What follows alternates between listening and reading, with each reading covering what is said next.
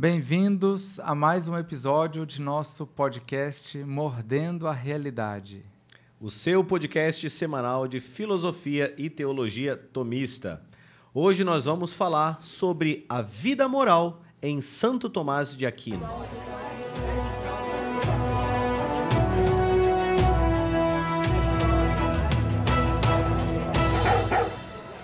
E para falar conosco sobre este tema, estamos hoje aqui com o padre Valdinei, ele que é formador em nosso Seminário Maior São José de Anchieta e veio partilhar um pouco dos seus conhecimentos aqui em nosso podcast. Exatamente. Padre Valdinei, seja bem-vindo. Alegria para nós tê-lo aqui. Muito obrigado, Diácono Vitor, Padre Carlos. É uma alegria estar aqui com vocês. Muito bem. Padre Valdinei está fresquinho aí, chegando aos seus estudos em Roma.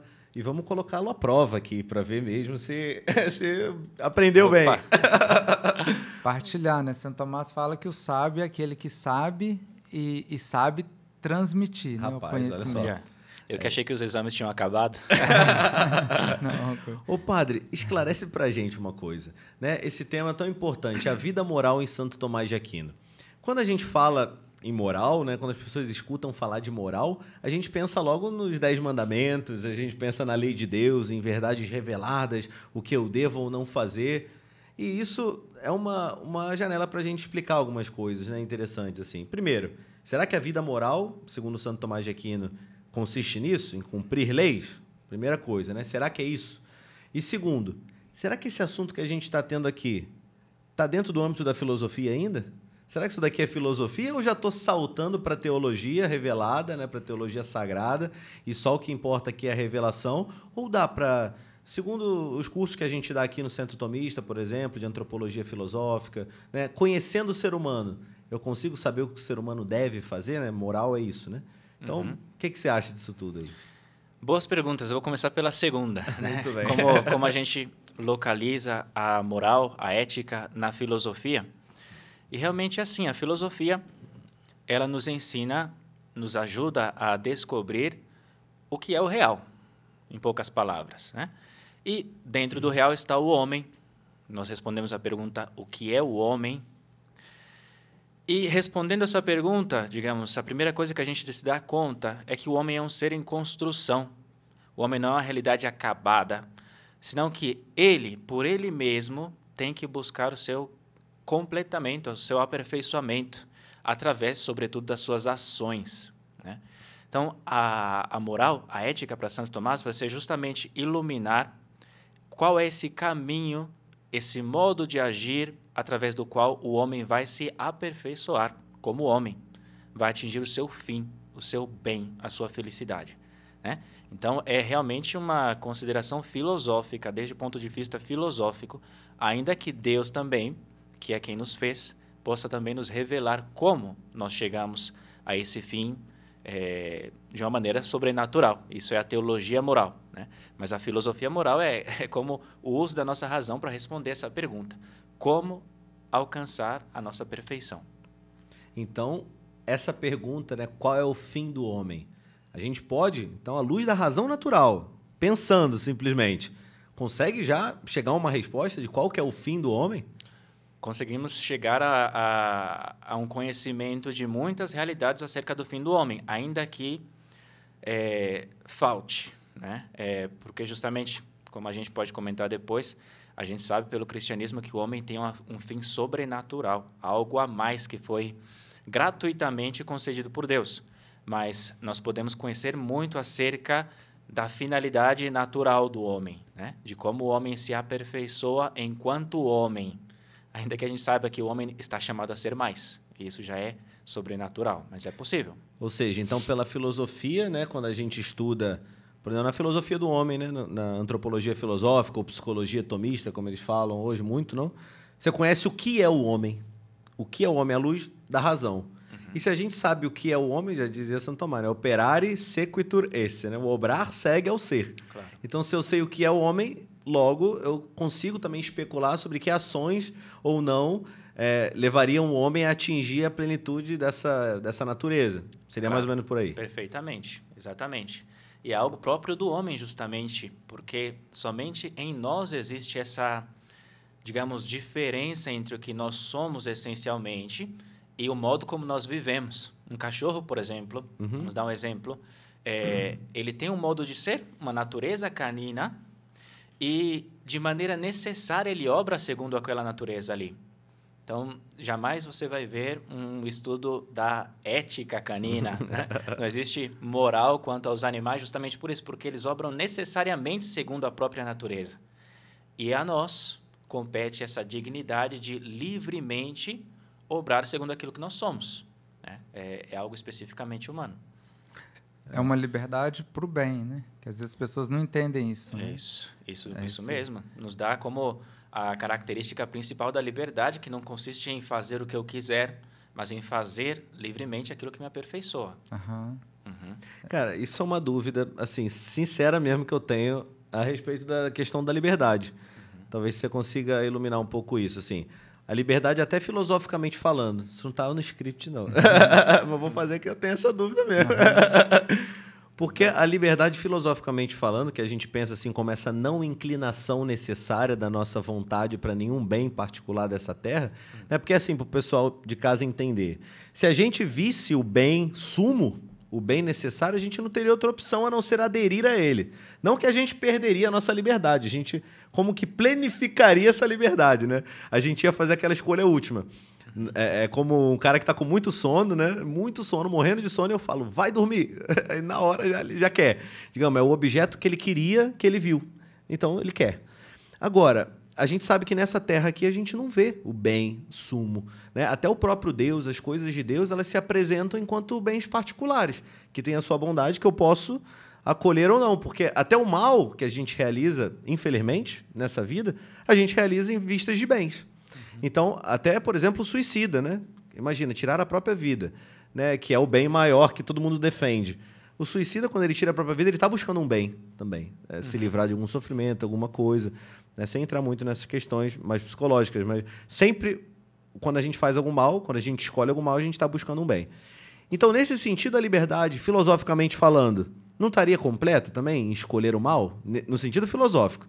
A gente sabe que, teologicamente falando, Deus... ele imprimiu também na nossa natureza um fim sobrenatural, como você falou, não é só o que a razão pode falar. Mas pela razão, já que todos esses bens são particulares, eu posso escolher um ou posso escolher outro, inclusive os males também são bens particulares. Então, por que eu posso... Tem como eu falar filosoficamente que eleger o mal nessa vida aqui não é a verdadeira liberdade? Tem como falar sim, justamente porque a liberdade humana ela não é um fim em si mesmo. A gente tende a pensar um ato livre, como se fosse algo completo, finalizado, né? Mas a liberdade existe para o aperfeiçoamento do homem. Sim. Né?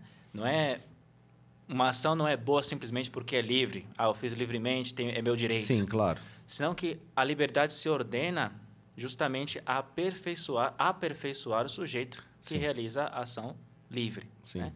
Justamente aí a gente vê que a liberdade humana é limitada, digamos. Ela está limitada pelo quê? Pela nossa natureza, por aquilo que nos aperfeiçoa de verdade. Então, para dar um exemplo, para não ficar muito abstrato, Sim. eu posso livremente me atirar de um prédio, me jogar de cima de um penhasco, livremente. Mas o resultado dessa ação é que eu destruo a minha liberdade, destruo a minha vida, né? Não me aperfeiçoo. Justamente por isso, porque a liberdade aí está condicionada pela minha natureza, né? Ela para alcançar a sua finalidade, para crescer, para aperfeiçoar-se, tem que se orientar aos objetos que aperfeiçoam a minha natureza. Né? Não é uma força cega, algo totalmente indeterminado, senão que tem uma direção. Em poucas palavras, a gente poderia talvez enquadrar isso melhor, falando que nós não somos livres quanto a buscar a nossa perfeição. Nós buscamos a felicidade necessariamente. Fim último, né? Aquele último. Que Santo Tomás não é elegível, né? É nesse sentido. Eu não posso não desejar a felicidade. Sim. Né? Ou seja, a minha liberdade aí não existe. Sim. Né? E o que nós chamamos de liberdade realmente consiste justamente em eleger os meios que me conduzem a essa felicidade, a qual eu tendo necessariamente. Né? Então, é uma realidade muito ignorada pelos nossos dias, que entende a liberdade como indeterminação total, mas a liberdade humana é como algo limitado, algo, Claro. em certo modo, determinado a uma direção que nos dá a nossa natureza, né? Isso, então, claro, a eleição dos meios com ordem ao fim, né? O fim, o último a gente não escolhe, os meios sim. Isso. Mas, e esses meios que não são aptos a me levar a esse fim, então seria como que uma perversão dessa liberdade. Um mau uso da liberdade. uso da liberdade. Aham. E justamente a gente não elege o fim assim em abstrato. A gente quer ser feliz. Isso. Mas a gente sim elege onde poremos nossa felicidade. Sim. Né? Então, uma pessoa pode pôr a felicidade no dinheiro, outra no prazer, outra na virtude, outra em Deus. São distintas aplicações em concreto dessa tendência necessária da natureza à felicidade. Olha só, uma vez eu estava vendo uma... Vamos ver se esse exemplo cabe mais ou menos aqui. Certa vez eu estava vendo um jogador de futebol, um vídeo dele, ele explicando uma coisa interessante de um time de futebol que ele jogou na Europa. Que o treinador dele aí era aquele que ganhava todas, né? E aí o que acontece? Ele explicava assim pro entrevistador dele. Ele falava assim, ó, fulano de tal lá como treinador era assim.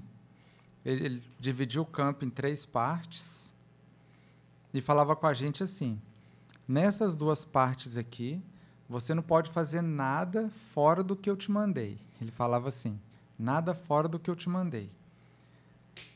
Na última parte é onde você tem a liberdade para escolher o melhor meio, claro, para fazer um gol.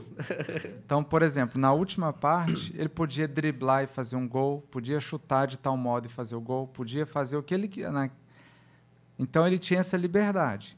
Só que é interessante, porque que liberdade que era? Tanto é que ele falava que, uma vez aqui, ele fez um lance fora do que ele podia fazer, mas gerou um gol. Mas chegou no resultado gol. Aí o treinador colocou ele no banco. Olha só. Porque ele não cumpriu a regra. Um sistema pedagógico rígido. Um sistema pedagógico rígido, entende? Ele falou, cara, eu não podia entender, eu fiz um golaço e ele me pôs no banco. Mas interessante que ele falava isso. Nesses 2 terços do campo, ele tinha que fazer todo o esquema tático que foi ensaiado, foi treinado, foi estudado. No último, ele era livre. Mas olha que interessante. Ele era livre para chutar para fora? Não. Ele era livre para escolher o melhor meio que ele elegesse ali para chegar no resultado gol. Claro. Interessante, uma analogia interessante. Não é interessante? Interessante. E como toda analogia, tem algumas partes que são, quid eadem, que são aplicáveis e outras não. Porque, por exemplo, se a gente tivesse que iluminar essa mesma situação, esse mesmo exemplo, nas 2 partes do campo onde ele tinha que obedecer à lei, ele também era livre. Ele tinha que obedecer à lei livremente. De fato, por isso que o técnico deu uma lei para ele. Você tem que fazer assim. E ele livremente tinha que conformar-se àquilo. Né? Porque era o melhor para a natureza do esporte ali. Claro. Porque eles chegavam no resultado. Isso. O melhor para a finalidade daquele time, que era fazer chegar gols, no resultado ganhar. gol. E chegava. E naquela terceira zona do campo onde ele era livre, ele também tinha que obedecer uma lei, que era justamente tender à vitória, ao gol, ao bem. né? Então, esse exemplo foi muito bom porque serve para a gente ver como, na visão de Santo Tomás, lei não se opõe à liberdade, como tantos pensam. Né? São 2 aspectos complementares. Né? A lei é como uma pedagoga da liberdade, nos indica o caminho para que nós, percorrendo livremente esse caminho, cheguemos ao nosso fim. Sim. É muito interessante porque as pessoas às vezes se enganam com isso. Eles acham que sou livre para qualquer coisa. Não. Bom, um jogador de futebol, ele não é livre para chegar perto do gol e chutar para fora. Claro. Entende? Ele vai ser mandado embora. A nossa liberdade ele é tolhida por um monte de coisa, inclusive pela nossa própria natureza. Você vai falar para a pessoa, você é livre para fazer o que você quiser. Tá bom, então sai voando daqui e chega no Rio de Janeiro. Impossível. Nós temos os limites da nossa essência, que é o limite operativo do que nós somos. Sim, sim. Começa por aí, né? Começa por aí. Começa por aí. Justamente, a liberdade não é a mesma em Deus, nos anjos e em nós, né? Justamente porque a natureza dá a modalidade da liberdade. Isso mesmo. E, padre, então se a gente consegue chegar, então, racionalmente nesse fim, né, da nossa vida, como é mais ou menos o argumento assim que Santo Tomás traz para que a gente racionalmente consiga enxergar e talvez até convencer outras pessoas também, porque eu acho que não é todo mundo que acredita nisso, né? O pessoal vai falar, não, mas vocês acreditam nisso por fé, porque Deus fala qual que é o seu fim, mas como que a gente consegue argumentar assim, racionalmente e convencer alguém? Olha, você tem um fim último. O seu fim último é esse. É a sua natureza, seu fim. Como seriam as etapas? Assim? Ok, excelente questão, excelente pergunta. E Santo Tomás ele faz uma análise bem existencial da coisa, né? Ele parte do ponto de vista, assim, de que nós tendemos à felicidade, a esse bem perfeito, né? Tem um alto conceito do que significa ser feliz, Santo Tomás, né? Algo, uma beatitude, como ele diz, uma plenitude de todas as capacidades humanas, especialmente aquela capacidade que nos define, que é a racionalidade, né? A nossa inteligência, somos seres intelectuais. Então, o que Santo Tomás faz é, vamos ver, onde é que as pessoas costumam colocar a própria felicidade? Dinheiro, nas honras, nas né? honras, Própria imagem, poder, prazer, prazeres. né? Fama. Então, Santo Tomás, muito Beleza. realisticamente, analisa. Vamos ver, é possível que essa felicidade que nós buscamos se realize no dinheiro? E aí ele vai se dar conta que não é possível, por uma série de razões, né? Primeiro, dinheiro é algo que tem bons e maus, homens bons e homens maus, né? E a felicidade tem que ser algo tem que ser como uma recompensa para o homem que é bom. Sim. Enquanto homem, né? Claro. Você não pode ser feliz sendo mal, né? Então, se o dinheiro é independente da sua qualidade moral, já é razão suficiente para descartar que a felicidade do homem, que a perfeição humana possa estar na posse do dinheiro ou dos bens materiais. Mas depois, ninguém pode ter dinheiro sem ter também as preocupações que seguem de ter dinheiro. É uma coisa que o pessoal não pensa, né? Mas eu costumo falar, por exemplo, que isso aqui já é uma opinião pessoal, né? Não estou dogmatizando. Mas eu tenho mais pena dos ricos do que dos pobres. Tenho mais pena, por exemplo, de um jogador de futebol do que de um homem que vive aí com um salário mais ou menos. Por que eu digo isso? Porque um jogador de futebol com seu salário milionário, ele pode comprar tudo o que o dinheiro pode comprar. Mas as outras coisas que o dinheiro não pode comprar, ele tem uma grande dificuldade em encontrar. É verdade. Aqui eu me refiro.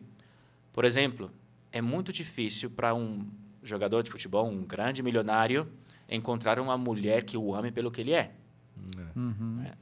Não, a gente tem que ser realista, tem que Ele tem que ter casado antes de começar a jogar, né? Normalmente essa é a solução. E ainda não... Se a gente for ver estatisticamente, não...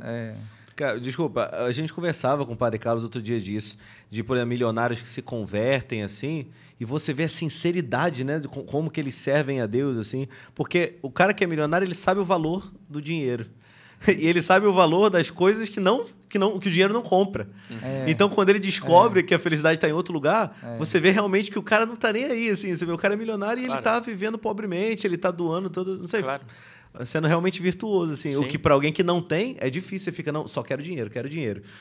A primeira coisa que acontece com a pessoa é ir desapegando, né? É isso, desapegando. Ela às vezes já nem precisa, porque vê que isso não traz a felicidade.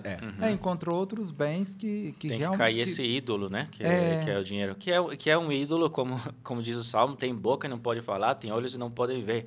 Digamos, não dá o que promete, né? Como eu dizia... ele pode comprar tudo aquilo que o dinheiro compra, mas as coisas que o dinheiro não compra, ele não pode comprar. A começar pela saúde, por exemplo. Então não adianta ter todo o dinheiro do mundo. Não adianta. Vai morrer. Passa, né? Então, Santo Tomás ele segue esse método, né? Ele vai tratando dos bens e vai vendo, olha, esse bem não pode, não é apto para ser a nossa fim último. Então, aí vai para outro. Então, dinheiro cancelado, honras, né? Que é um ídolo moderno também muito grande, né? Essa busca da felicidade no reconhecimento que os outros fazem da minha bondade, na aprovação da maioria. Isso é a honra, né? que os outros digam que eu sou bom. Também, obviamente, muito instável. E com as redes sociais, acho que pior ainda, né? Porque eles conseguem te colocar lá em cima hoje e lá embaixo amanhã. Isso. Entende? Você pode ser o herói da humanidade hoje e uma semana já é cancelado, é Claro, o pior. Ou ficar 10 anos reinando como herói e uma semana acabou. Vaidade das vaidades. Vaidade das vaidades. Nada mais instável do que isso. E é o mesmo procedimento com os prazeres, por exemplo, que existencialmente, digamos, na consideração assim da vida realmente das pessoas, é um dos fins mais almejados, né? Uma vida de prazer. Sim. Se revela também como autodestrutivo, né? Autodestruidora, né? A pessoa que se entrega aos prazeres se corrompe, perde a saúde, né? Não floresce, não sai de si mesma, né? Então, a consideração de Santo Tomás é assim, mostrar... Ô, padre, mas entre esses bens também tem, entre eles mesmo, uma certa hierarquia também, né? Por exemplo, colocar o fim da vida na honra, que é uma coisa espiritual, né? De certo modo é melhor ou menos pior do que colocar nos prazeres? Será que a gente pode fazer essa... Claro, podemos fazer. É um erro menos grosseiro, É né? isso. Um erro menos grosseiro, ou seja, é mais compreensível, mas no final leva a consequências desastrosas sempre, né? Como... Porque o mal espiritual é pior do que o mal material, né? E quase sempre estão muito ligados, né? A gente vai no mundo real mesmo, onde as coisas não se dão Corpo separadas. e alma, né? O homem. No mundo real, normalmente, a luxúria, que é o pecado relacionado ao prazer, é uma consequência da soberba, né? É muito difícil de separar as duas coisas. Né? Olha, é verdade. Consequência e castigo às vezes, né? Consequência, castigo e remédio. Isso mesmo. Isso mesmo. É interessante a questão dos prazeres que São João da Cruz traz lá na subida ao Monte Carmelo. Não sei se agora estou na dúvida se é na subida ao Monte Carmelo mesmo. É que eu leio no livro Obras Completas, então agora eu já não sei. Pula de livro, você nem vê, né? Pula de livro eu nem sei no qual que está. Mas vem trazendo muito interessante isso, né? Ele vai falando um por um, né? Então, isso. As coisas buscadas em si mesmo, né? Fadigam, né? Cansam. Você vê, porque cansa. A pessoa que fica buscando só o prazer pelo prazer fica num vazio existencial. Claro. E nunca se farta. Você vê, os olhos não se fartam de olhar. Sim. Até no celular o pessoal fica passando um negócio ali 4 horas direto. Você vê um negócio... Só que termina aquilo, está vazio. Claro. Não absorveu nada. E às vezes você pega um livro bom, você lê 4 páginas, 3 páginas de um livro bom. Você medita isso aí. Você medita aquilo, você fica cheio, você fica assim, claro. né? Sim. E as pessoas ficam nessa... E por isso triste, por isso... Estava lendo um artigo hoje, me parece que nos Estados Unidos, a cada 11 minutos, uma pessoa suicida.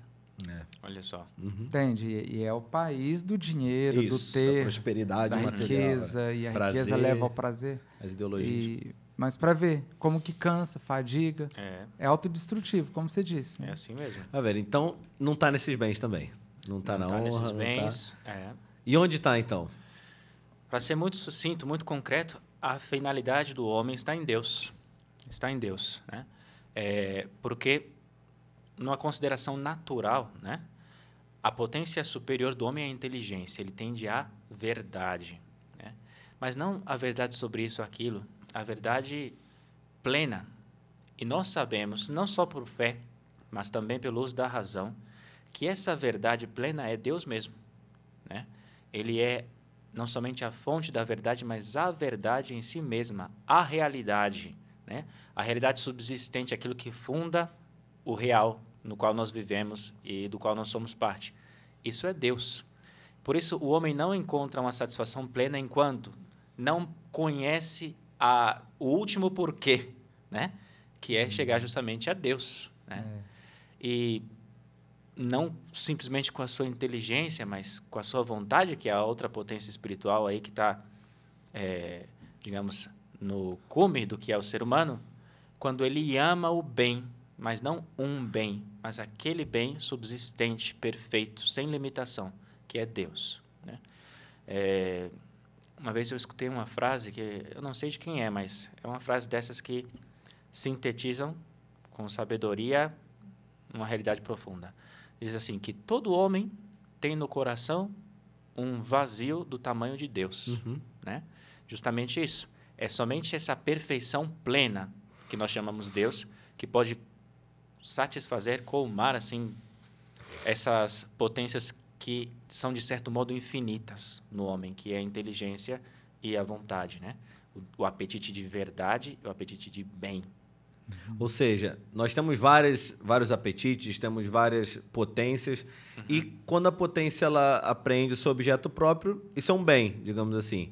Só que o bem último vai ser aquele que consegue satisfazer todas essas potências, digamos assim, plenamente. Né? E aí Santo Tomás vai mostrando, né, que você pode até favorecer a tua potência concupiscível, teu apetite concupiscível, através de algum bem que o seu olho aprendeu, que o seu tato aprendeu, etc. Mas isso não necessariamente vai ser um bem para a tua inteligência. Isso. Mas vamos supor um bem da inteligência, então, a honra, por exemplo, o bem da tua vontade. Só que não necessariamente esse vai ser o bem do homem integral. Agora, Deus, né, que é o sumo bem, que é a suma verdade, ele vai ser aquele bem que sumamente apetecível, no qual a gente vai repousar. Claro, justamente, né?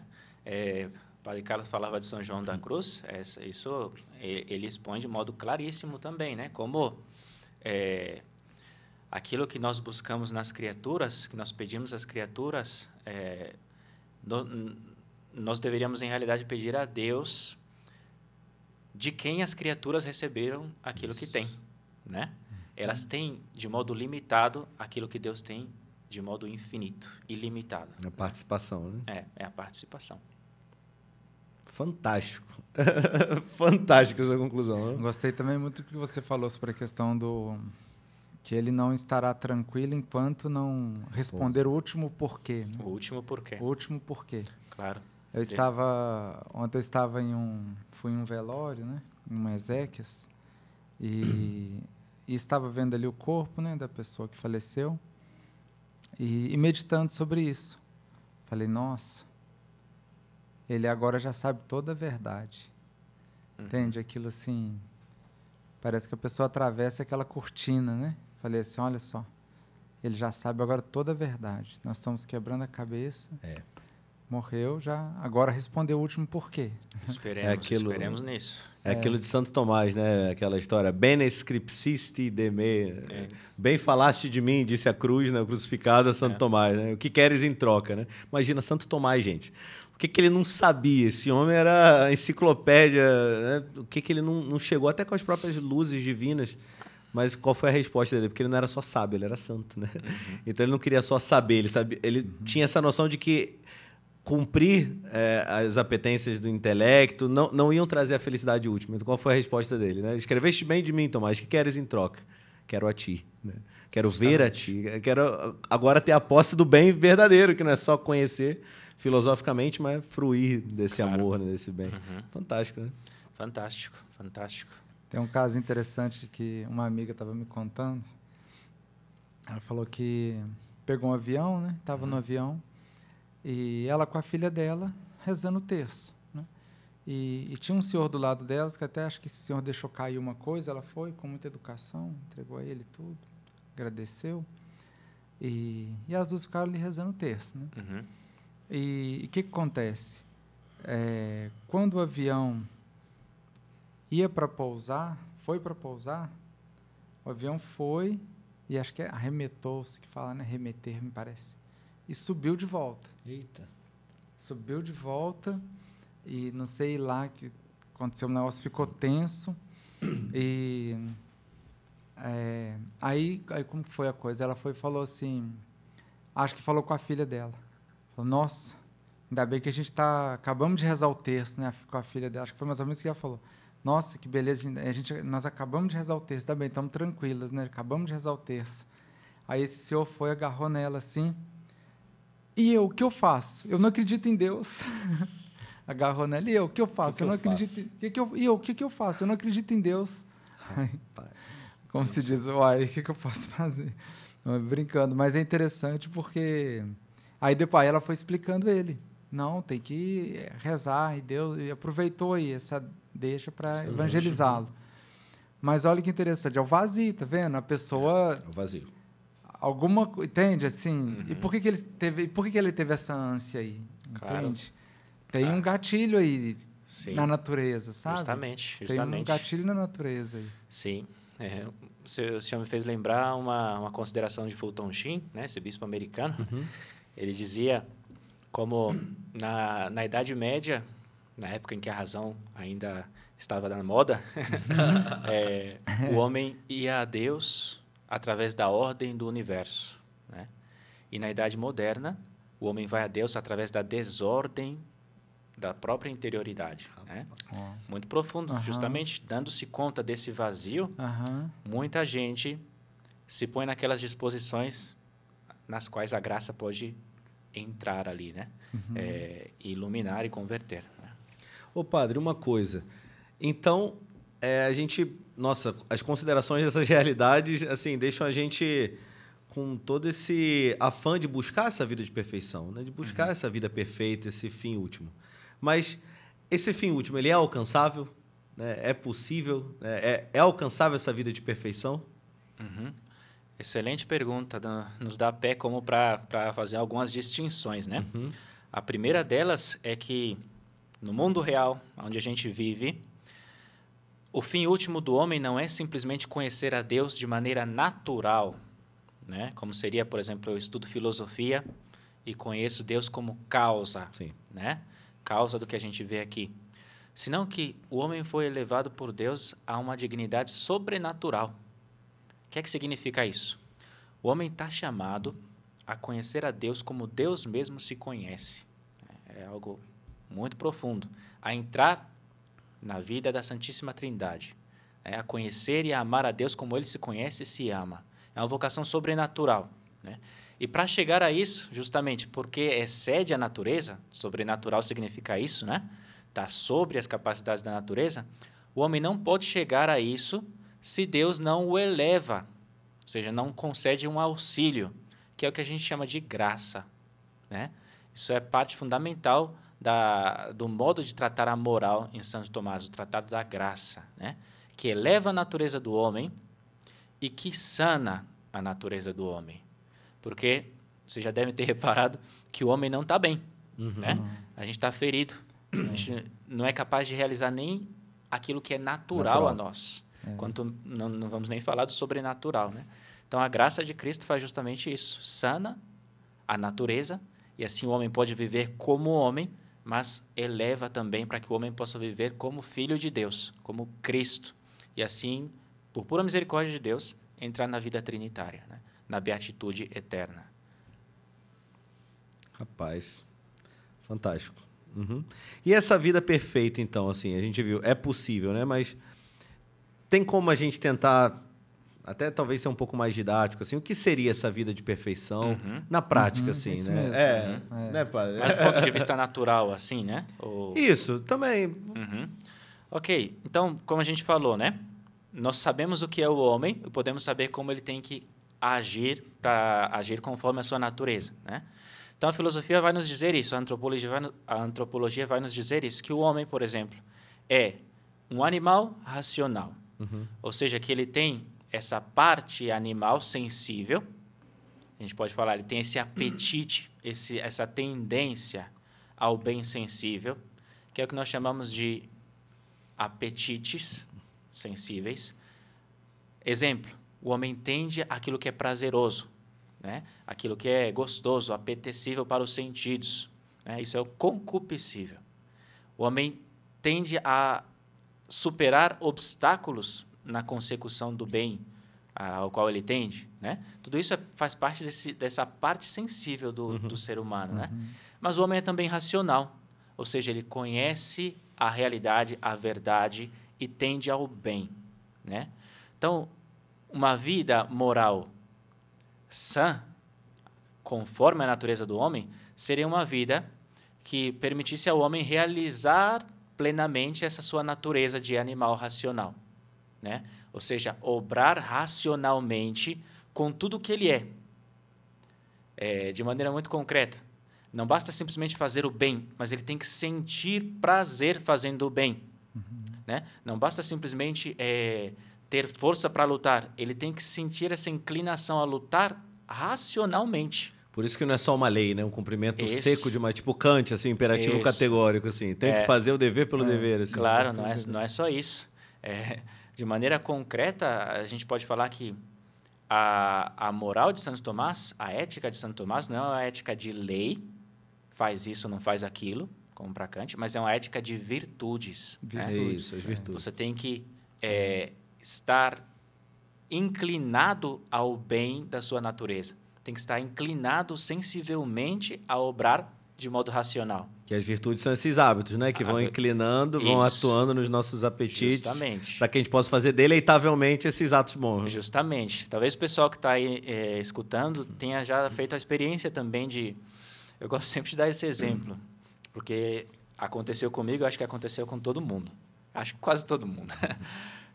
Por exemplo, quando a gente era criança, nossa mãe nos mandava escovar os dentes. Era um sofrimento. A gente não queria. Mandava tomar banho. Parar de brincar para tomar banho. Mãe! Não, ninguém queria, né? Mas, com o passar do tempo, né, repetindo essas ações, sendo educados, porque isso é educação, a gente chega a um ponto em que a gente não pode ficar sem escovar os dentes. Né? A gente está inclinado a isso. E aí a gente tem a virtude. Né? Ou seja, não é uma coisa que está só aqui na minha vontade ou só aqui na minha razão. É a integridade, a totalidade da minha pessoa que quer aquele bem. Né? Isso é a virtude. Agora, você aplica isso às áreas principais da vida humana, como a questão do prazer, a questão do apetite de luta, né? A questão da busca da verdade, e você tem uma pessoa boa, uma pessoa verdadeiramente educada, né? E quais são, rapidamente, assim, essas virtudes, por exemplo, que ordenam esses apetites para que a gente possa obrar desse modo? Ok. Bom, é assim, a virtude que ordena esse apetite de prazer que a gente tem se chama temperança, né? Moderação. Porque o prazer não é mal, mas a gente tem que buscá-lo na medida certa, claro. Que é a medida que dá a razão. Né? A virtude que ordena esse nosso apetite de luta, de combate, é a virtude da fortaleza. Né? É a pessoa forte, que não recua diante dos obstáculos, mas vai até o fim naquilo que ela reconhece como bem para a sua natureza. Depois, as virtudes já da parte espiritual do homem, racional. Temos a virtude da justiça, que vai aperfeiçoar, que vai ordenar a nossa vontade. Né?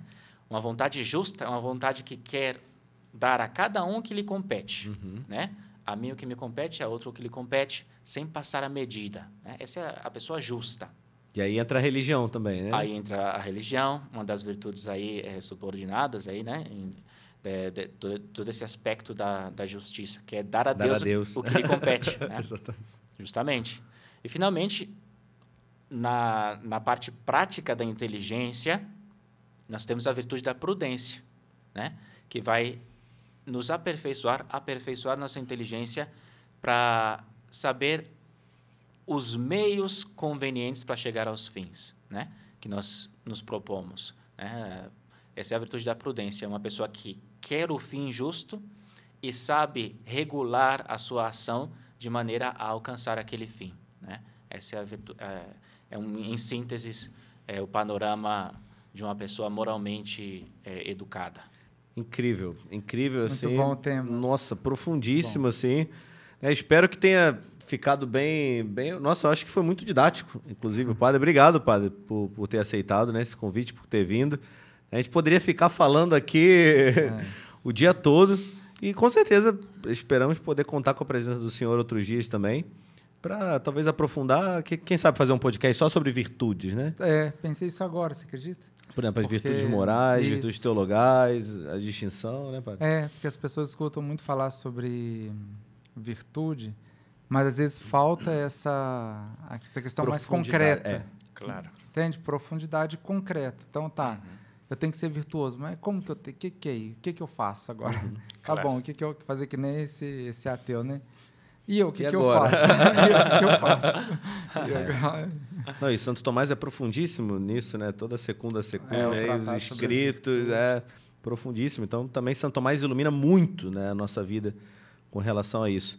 Então, ó, você que assistiu esse podcast, né, que gostou, deixa aqui nos seus comentários também sugestões, né, para outros temas. Às vezes você se interessou por alguma coisa que foi dita aqui, coloca aí nos comentários que a gente pode chamar o padre de novo para gravar, né? Você que quer ouvir algum tema específico, aprofundar em algum tema que foi dito. Inclusive, se você não entendeu bem algumas coisas, então está convidado a fazer umas aulas em nossa plataforma de estudos, né, sobre... Tem coisa que foi de filosofia do homem, tem coisa que é filosofia da natureza. Estuda lá para entender um pouco. Ética. Teologia moral, tudo isso a gente vai ter também passo a passo, né, na plataforma. Tem coisa que parece que é difícil o termo e tudo, mas tendo as aulinhas se compreende bem depois. Claro. A conta fecha. Justamente. Muito bem, gente. Isso. Então deixe seu like, compartilhe para aquela pessoa que você acha que vai tirar proveito disso, que estava precisando ouvir, né, essa aula. E, bom, esperamos na próxima também sua presença. Obrigado pela audiência. Obrigado mais uma vez, viu, padre? De nada, uma alegria. Obrigado, padre Valdinei, pela vinda aqui e tudo. Muito obrigado, consideração. Muito obrigado também a todos que nos acompanham, né? Muito bem. Que Deus abençoe, gente. Até a próxima.